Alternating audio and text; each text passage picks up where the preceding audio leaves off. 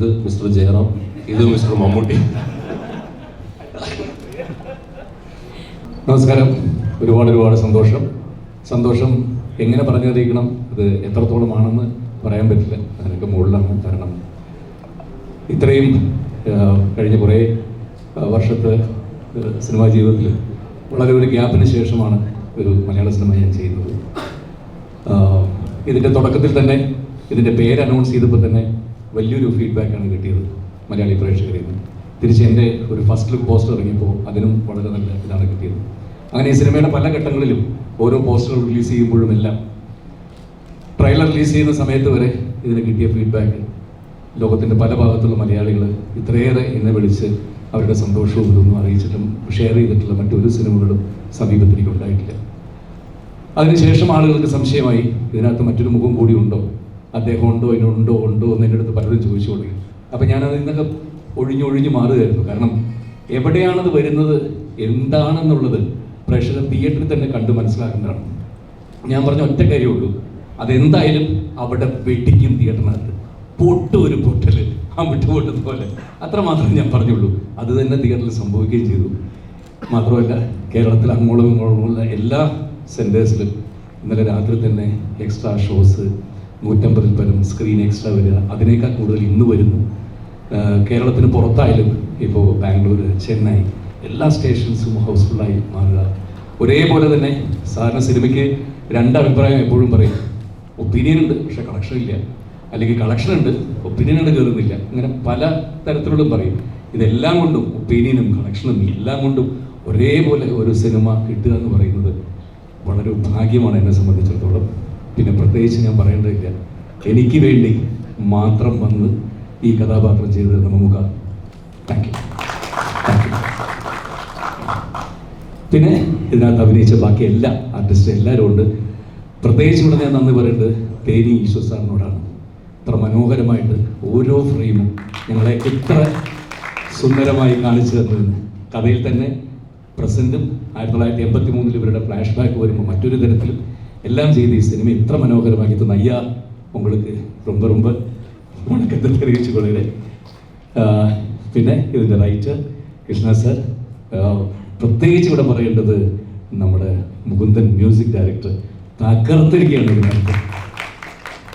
ബാക്കി എല്ലാവരോടും ഒരുപാട് സന്തോഷം. പ്രത്യേകിച്ച് എൻ്റെ മലയാളി പ്രേക്ഷകരോടാണ് നന്ദി പറയേണ്ടത്.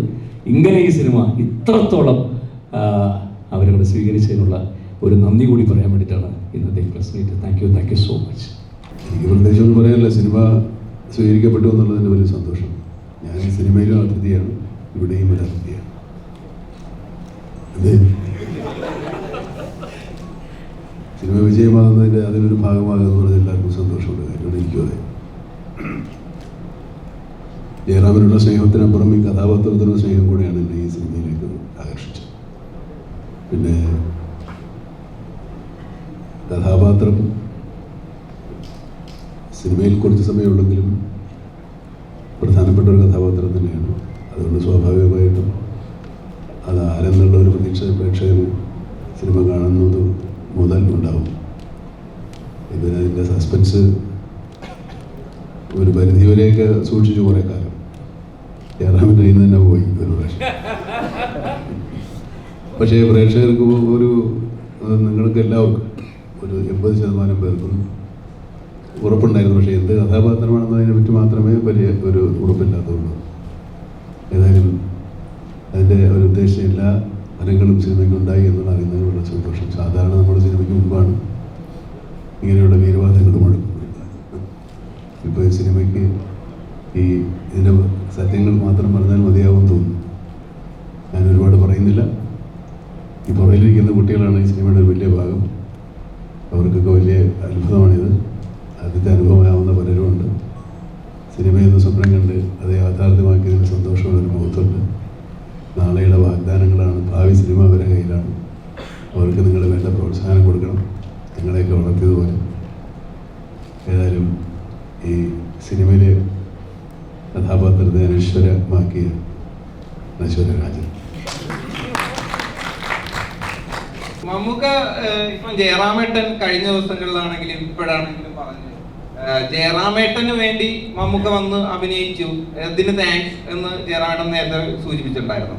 അപ്പം മമ്മൂക്കാനെ ഈ ചിത്രത്തിൽ എക്സൈറ്റ് ചെയ്യിപ്പിച്ചത് ജയറാം അഭിനയിക്കുന്ന ഒരു ചിത്രം എന്നതാണോ അതോ അതിലെ കഥാപാത്രമാണോ? ജയറാം ഒരുപാട് സിനിമയിൽ അഭിനയിച്ചിട്ടുണ്ട്, എന്നെ വിളിക്കാതെ.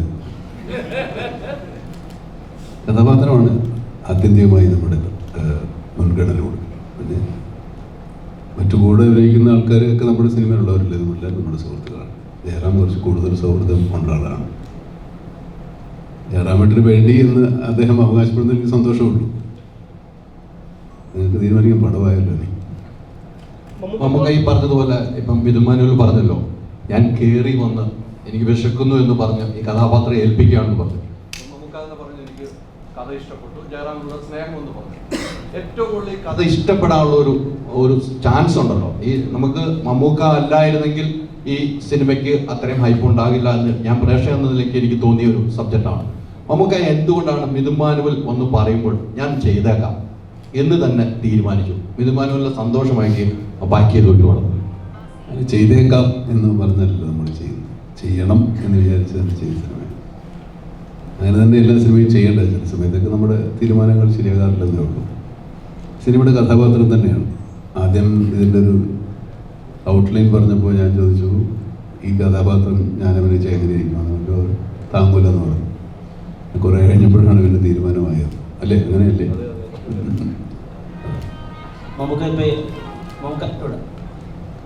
ഈ സിനിമയിൽ കുറച്ച് ഇംഗ്ലീഷ് വാക്കുകളൊക്കെ മലയാളിക്ക് പുതുതായിട്ട് തന്നിട്ടുണ്ട്. സെൻസ് സെൻസിബിലിറ്റിക്ക് ശേഷം ഓൾട്ടർനേറ്റീവ് അല്ലെങ്കിൽ ബ്ലഡി റൊമാൻറ്റിക് ഒക്കെ. അപ്പോൾ അത് നമ്മൾ മുമ്പും നമുക്ക് പറയുന്ന ഇംഗ്ലീഷ് സംഭാഷണം എന്ന് നല്ല വ്യത്യാസമായിട്ടാണ്, ഇമോഷൻ ചേർത്താണ്. ഈ ബ്ലഡി റൊമാൻറ്റിക് എന്ന് പറയുന്നിടത്ത് തന്നെ ആ കഥാപാത്രത്തിൻ്റെ വേദനയും വിഷാദവും വിദ്വേഷവും ഒക്കെ ഉണ്ട്. ഈ ഇപ്പോഴും ഡയലോഗ് പറയുന്നതിന് അലക്സാണ്ടറായിട്ട് പറയുന്നതിന് എന്തെങ്കിലും പുതിയ പരിപാടി പിടിച്ചിരുന്നോ? അങ്ങനെ മനഃപൂർവ്വം രാവിലെ എഴുന്നേറ്റ് ഇന്ന് ഇങ്ങനെ പരിപാടിയെന്ന് പറഞ്ഞ് നമ്മൾ ഇറങ്ങി. അതൊക്കെ അങ്ങനെ എവിടെ നിന്നോ വന്ന് വീട് കിട്ടുന്നതാണ്. ഇതൊക്കെ എനിക്ക് തന്നെ അത്ഭുതം. അതൊക്കെ അത് കഥാപാത്രമാകുമ്പോൾ നമുക്ക് അങ്ങനെയൊക്കെ തന്നെ വരുമെന്നാണ് എനിക്ക് തോന്നിയത്. അനുഭവം അതാണ്. അത് പുതിയ വാക്കുകൾ തന്നെയാണ്, ബ്ലഡി റൊമാൻറ്റിക്കും ഈ ഡബിൾസ് ഓൾട്ടർനേറ്റീവും ഒക്കെ. പക്ഷേ അത് നമുക്കിങ്ങനെ പറയാൻ ചില സമയത്തൊക്കെ രസം തോന്നുന്ന ഒരുപാട് വാക്കുകൾ നമുക്ക് കിട്ടും. അപ്പോൾ അതിങ്ങനെ ആസ്വദിച്ച് പറയുന്നതാണ്. രണ്ടും ശരിക്കും ആസ്വദിച്ച് പറയുന്നതാണ്. അതായിരിക്കും നിങ്ങൾക്ക് അത് അനുഭവപ്പെട്ടത്. അർത്ഥം എന്നുള്ള സിനിമയിലൂടെയാണ് നിങ്ങളുടെ ഒരു കോമ്പിനേഷൻ ആരംഭിക്കുന്നത്. ഇന്നലെ പുറത്തു വിട്ടിട്ടുണ്ടായിരുന്ന മമ്മൂക്കയോട് നന്ദി പറയുന്ന വീഡിയോയിൽ നിങ്ങളുടെ ബന്ധത്തിന് സഹോദരങ്ങളൊന്നുകൂടി അർത്ഥമുണ്ട് എന്നുള്ള രീതിയിലാണ് ഞങ്ങൾക്ക് മനസ്സിലാവാൻ സാധിച്ചത്. അപ്പോൾ പിന്നെയും അദ്ദേഹമായിട്ട് ചേരുമ്പോൾ ഒരു വിജയ ചിത്രം എന്നുള്ളതിൻ്റെ അപ്പുറത്തേക്ക് എപ്പോഴും പറയാറുണ്ടല്ലോ, ഞാൻ എല്ലാ കാര്യങ്ങളും പഠിച്ചത് മമ്മൂക്ക മോഹൻലാൽ എന്ന രണ്ട് വലിയ നടന്മാരുടെ ഇടയിൽ നിന്നാണ്. ഓസ്ട്രേലിയയിലും അങ്ങനെ പുതിയ പഠനങ്ങളുണ്ടായിരുന്നു? ഇല്ല, ആദ്യമേ ഞാൻ മമ്മൂക്ക എനിക്ക് വേണ്ടി വന്ന് ചെയ്തതിന് നന്ദി എന്ന് ഞാൻ പറഞ്ഞതിന് ഞാൻ എന്താ കാരണം എന്ന് പറയാം. കാരണം മിഥുൻ എൻ്റെ അടുത്ത് വന്ന് ആ കഥാപാത്രം മമ്മൂക്ക ചെയ്യാൻ സമ്മതിച്ചു എന്ന് പറഞ്ഞപ്പോൾ എനിക്ക് സത്യം പറഞ്ഞ് വിശ്വസിക്കാൻ പറ്റില്ല. ഞാൻ പറഞ്ഞ സത്യമാണോ? പിന്നെ എനിക്കതങ്ങോട്ട് ഉൾക്കൊള്ളാൻ പറ്റിയില്ല. കാരണം അത് സമ്മതിച്ച് അതിന് എനിക്ക് മനസ്സിൽ തോന്നിയ ഒരുപാട് കാരണങ്ങളുണ്ട്. ഞാൻ മിഥുൻ്റെ അടുത്ത് തന്നെ പറയും, ടൈറ്റിൽ ക്യാരക്ടർ എബ്രഹാം മോസ്റ്റർ എന്ന് പറഞ്ഞ് ഞാനാണ് ചെയ്യുന്നത്. അതിൽ മമ്മൂക്ക വന്ന് ചെയ്യാമെന്ന് പറഞ്ഞൊരു മനസ്സ് കാണിക്കുന്നില്ലേ? അതിലപ്പുറം കസേര ഇട്ടിരുന്ന് ഞാൻ ക്വസ്റ്റ്യൻ ചെയ്യുന്നു, എന്താ പേര് മറ്റേത്, അതിനും ഇല്ല, പറയുന്നില്ല, കഥയിലേക്ക് പോകുന്നില്ല. അപ്പോൾ അതിന് ഇത് ഇരുന്നു, അല്ലെങ്കിൽ മറ്റെല്ലാ കാര്യങ്ങൾക്കും അപ്പം അങ്ങനെ അത് സമ്മതിച്ചത് എനിക്ക് വേണ്ടി തന്നെയാണ്. എനിക്ക് വേണ്ടി തന്നെ. പിന്നെന്താ ചോദിച്ചു പറഞ്ഞു? പുതിയതായിട്ട് അത് പിന്നെ ഓരോന്നും പറഞ്ഞു തരുമല്ലോ, ചില വാക്കുകളും ഇതും എല്ലാം തുടക്കത്തിൽ എനിക്ക് കറക്റ്റ് ചെയ്ത് തന്നു കൃഷ്ണ. എനിക്ക് പറയാം തന്നെയാണെങ്കിലും സ്പോയിലർ ഉള്ളതുകൊണ്ട് അതിനെ കുറിച്ച് മെൻഷൻ ചെയ്യുന്നില്ല. പക്ഷെ ഇപ്പൊ നേരെ മറിച്ച് സണ്ണി ലിയോണുമായിട്ട് ഇന്ത്യയിലെ മെയിൻ സ്ട്രീമിലെ പല ആക്ടേഴ്സും അഭിനയിക്കാത്ത സമയത്ത് തന്നെ മമ്മൂക്ക അഭിനയിക്കും. അത് വേറൊരു വിഷയം. അപ്പം ഇന്ത്യയിലെ ഒട്ടുമിക്ക സൂപ്പർ സ്റ്റാർസും ചെയ്യാത്ത അതിലേക്ക് കടക്കുന്നില്ല എങ്കിലും, അപ്പം ഇന്ത്യയിലെ ഒട്ടുമിക്ക സൂപ്പർ സ്റ്റാറും ചെയ്യാത്ത പല സംഗതിയും എന്തുകൊണ്ടാണ് ഞങ്ങളുടെ മെഗാസ്റ്റാർ ചെയ്യുന്നത്? അങ്ങനെ സൂപ്പർ സ്റ്റാറുകൾക്ക് ഇന്നത് ചെയ്യണം ഇന്നത് ചെയ്യാൻ പാടില്ല എന്നില്ലല്ലോ. ഓരോരുത്തർക്ക് അവരവരുടെ താല്പര്യം. ഞാനീ മെഗാസ്റ്റാറാണെന്ന് പറഞ്ഞ് നടക്കുന്ന ഒരാളുമല്ല. എനിക്ക് ഇപ്പോഴും കഥാപാത്രങ്ങളോടുള്ള ആർത്തി അവസാനിച്ചിട്ടില്ല. ഈ കാതൽ പോലെയുള്ള ഒരു സിനിമയിൽ അഭിനയിക്കുന്നതിന് മുമ്പ് ഞാൻ പേരൻപെന്ന് പറഞ്ഞ സിനിമയിലെ അവസാന രംഗം ഞാൻ വിവാഹം കഴിക്കുന്നത് ആരെയാണ് നിങ്ങൾ ഓർത്ത് നോക്കിയത്. അപ്പം അതും ഇതിനു മുമ്പും അങ്ങനെയാണ്, ഇതിനു മുമ്പത്തെ കഥാപാത്രങ്ങളും അങ്ങനെയാണ്. ഞാൻ നടനാകാൻ ആഗ്രഹിച്ച ആളാണ്, ഇപ്പോഴും ആ ആഗ്രഹം കൊണ്ടു നടക്കുന്ന ആളാണ്. ഇതുവരെ പൂർത്തിയായിട്ടില്ല. ജയറാമിനുമായിട്ടുള്ള വ്യക്തിബന്ധം എന്ന് പറയുന്നത്, ജയറാം സിനിമ നടനാകുന്നതിന് മുമ്പ് എൻ്റെ വീട്ടിൽ സുഹൃത്തിൻ്റെ വീട്ടിൽ താമസിച്ച് രാവിലെ എന്നൊക്കെ വന്ന് കണ്ട് ഫോട്ടോ എടുത്തോളാം ഇവിടെ പങ്കാളിക്ക്. അതുപോലെ ഇപ്പോൾ ജയറാമിനോട് അന്ന് പോലെ നമുക്കറിയാവുന്നതാണ് അറിയാം. സിനിമയിലും അങ്ങനെയൊക്കെയുള്ള സന്തോഷം ഉണ്ടായിരുന്നു അന്നൊക്കെ. പിന്നെന്താ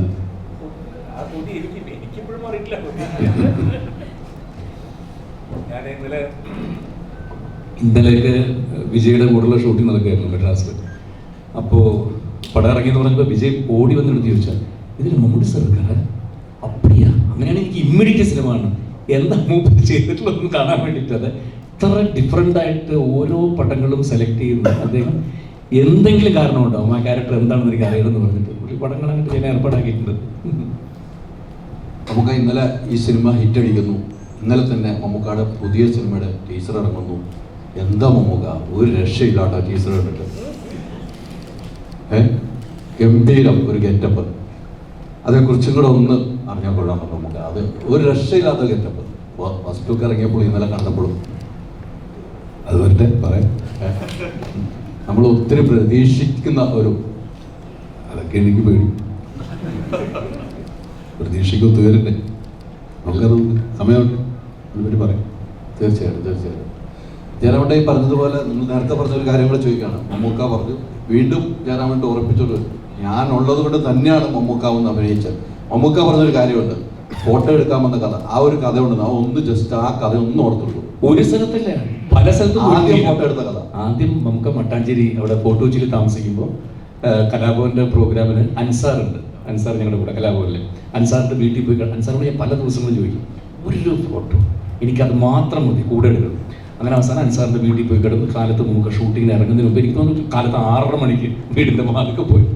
അപ്പോൾ കൊണ്ടുപോയി ഇപ്പം കലാഭവനിലെ ഇതാന്ന് പറഞ്ഞിട്ട് അന്ന് ഇറങ്ങുമ്പോൾ ഒരു ഫോട്ടോ എടുത്തു. അതിനുശേഷം രണ്ടാമത് ഫോട്ടോ എടുക്കുന്നത് ഞങ്ങളുടെ നാട്ടിൽ എങ്ങനെയുണ്ട് ആശാൻ എന്നുള്ള പടത്തിൻ്റെ ഷൂട്ടിങ്ങിന് മമ്മൂക്ക വരുന്നു. എൻ്റെ വീടിന് തൊട്ടടുത്തായിരുന്നു. ആ പഴയ ഫോട്ടോ എടുക്കാൻ വന്ന് കാര്യം ഓർമ്മിപ്പിച്ചപ്പോൾ അപ്പോൾ ഓർമ്മയുണ്ട്, അൻസാറിൻ്റെ കൂടെ വന്നാണല്ലേ എടുത്ത് ചോദിച്ചു.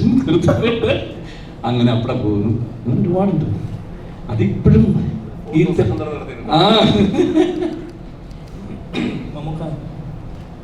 ഇവിടെ കഴിഞ്ഞിടയ്ക്ക് കൊല്ലത്ത് കലോത്സവം കാണാൻ പോയി വൈറ്റും ഇട്ടിട്ട് ഒരു ഫോട്ടോ ഭയങ്കര വൈറലായിരുന്നു. അപ്പോൾ ഈ ഒരു ഏജിലും എനിക്കൊന്നുമില്ല മറ്റൊരു സൂപ്പർ സ്റ്റാറും ഇത്രത്തോളം ഇവന്റ്സ് ഓടി നടന്നു പോയി അറ്റൻഡ് ചെയ്യുന്നത്. അപ്പം അതിൻ്റെ ഒരു എനർജി എവിടെ നിന്നാണ് കിട്ടുന്നത്? അതന്നെ ഈ ഒരു പറഞ്ഞ് ശീലിച്ചു പോയി. ഇതാണ് എനർജി. എൻ്റെ മുമ്പിൽ കാണുന്നത് കൂടെ എൻ്റെ എനർജി. നിങ്ങൾ സൗത്തിലേക്ക് നോക്കുക, അവിടെ നമുക്ക് ചെയ്യുന്ന കഥാപാത്രങ്ങളെ നോക്കുക. അദ്ദേഹം ഒരേ സമയം കാതലും കണ്ണൂർ സ്ക്വാഡ് ആണ് ചെയ്യുന്നത്. അത് പ്രൊഡ്യൂസ് ചെയ്യുന്ന അദ്ദേഹമാണ് എന്നുള്ളതാണ്. ഈ ചുറ്റും എല്ലാവരും ഇപ്പോൾ സംസാരിക്കുന്നുണ്ട്.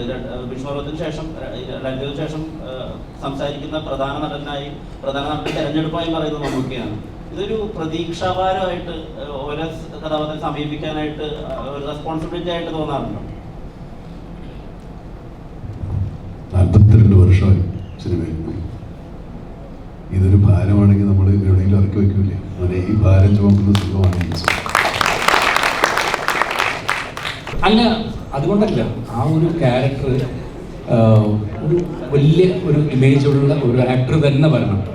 അപ്പോൾ അതിന് മമ്മൂക്കാടത്തൊക്കെ ചോദിച്ചാൽ നടക്കുമെന്നുള്ള അറിയില്ലായിരുന്നു. പക്ഷെ ചോദിച്ചപ്പോൾ അദ്ദേഹം സമ്മതിച്ചു. അത് തന്നെ ആ മനസ്സിൻ്റെ ഞാൻ പറഞ്ഞത്. അപ്പോൾ എന്തുകൊണ്ടായിരിക്കും സമ്മതിച്ചത് ഇതിൽ പല പ്രാവശ്യം ചോദിച്ചു പറഞ്ഞു, ഇതെനിക്ക് വേണ്ടി തന്നെയാണ്. നമുക്ക് തുടരാം. ഇതേപോലെ പോയ സിനിമ